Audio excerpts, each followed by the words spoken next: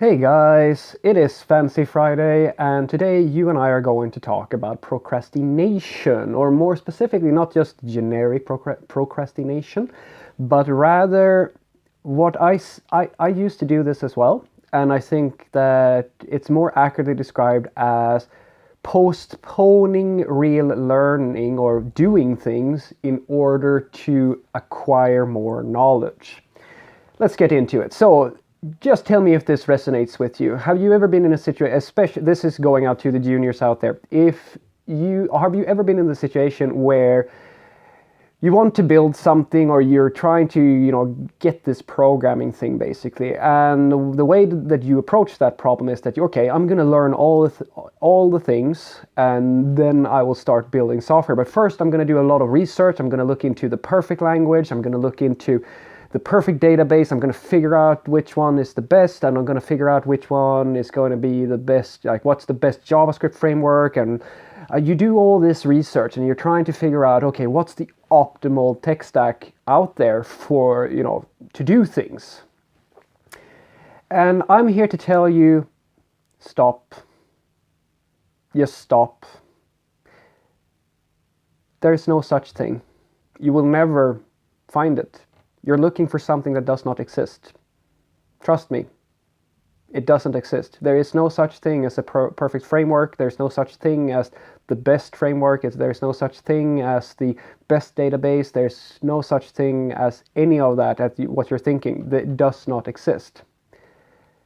The only thing that you're going to achieve with what you're doing is that you're going to postpone real learning. And you see, the thing is that when I'm the same way. I mean, I have friends who do the same thing. My favorite example is an old friend of mine who he was, he still is, but he was gonna get in shape. He was a couch potato basically, and he got really inspired by basically a YouTube video that he watched, and now he wanted to start jogging. The first thing he did was that he started going out on the internet and he started looking for the perfect runner shoes. And he went to all the forums, listened to what all the pro joggers and runners and like all of these people were saying, like what they like to do and how they do things. And he just did a bunch and tons and tons and tons and tons of research. And by the end of it, he was even before he started talking to me about like different pros and cons with shoes and things like that. And I just said, dude, just go out, run, go out and run. Why are you doing this? And he said, well, because I wanted to get the optimal results. Yeah, and I said, that's great. You want to get the optimal results, but you're getting absolutely no results by just sitting here researching. You should be out running. It doesn't matter. Like when you're that unfit, as unfit as he was, it doesn't matter if what running shoes you have on. Anything is going to be better than nothing. And the same thing goes for programming. If you have no idea where to start with programming, or if you're trying to research the best way of doing something, try things out. Just try something out. I can sit here and tell you my experiences working with the different JavaScript frameworks, for example. Doesn't mean that it's the best one out there. There's nothing that proves that, like, there are absolutely things that are more popular than other things. But when you are learning these things, I just want you to know that there is no reason for you to sit here and kind of go into this research mode, because you're never going to learn everything. You will never know enough. This is one of the biggest fields in the world. You can spend the rest of your life learning tools and pros and cons with different approaches to solving problems or different frameworks. There is no definitive answer, and it's just growing.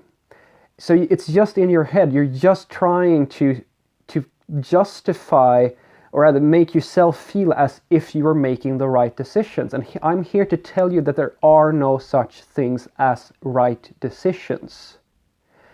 I can take you, there are tons of companies out there who have made tech decisions and are out there producing value, creating applications, making people happy with their products. And they didn't choose the best thing in the world. Let's take Google, for example. Google is promoting Go these days, but they started out with a very different tech stack. They were very Java-oriented at one point in time. And there's tons of people out there who don't like Java. Does that mean that Google made a bad decision? No. They made a decision that would get them to where they wanted to go, and then they took it from there. And you should do the same thing. There's no reason for you to sit and not build things. I would say that if you are researching things more than you're building stuff, then you're going about it the wrong way. And trust me, if you don't feel like you're ready to build something like more serious, start by building something and see what you learn from just building that one thing. And then you look at what you produced, because by just building something, you will see what you were happy with and what you didn't feel so happy about. It's going to be a learning experience, and then you put that to put that in your trophy case, or you put it in your repository, save it, and feel good about producing something. And then you start the next project, and you take the learning you took from the first project into the next project. That's how you acquire and understand a deep, profound understanding of what tool is going to be the best. Because the fact of the matter is that the people who make informed tech decisions have gotten to a point where they know what the best thing is by simply fucking up enough or trying out different things enough times. So if you have one person who's doing all the research ahead of time, and then you have somebody who built 100 things and with different various tools, that person is going to know more about for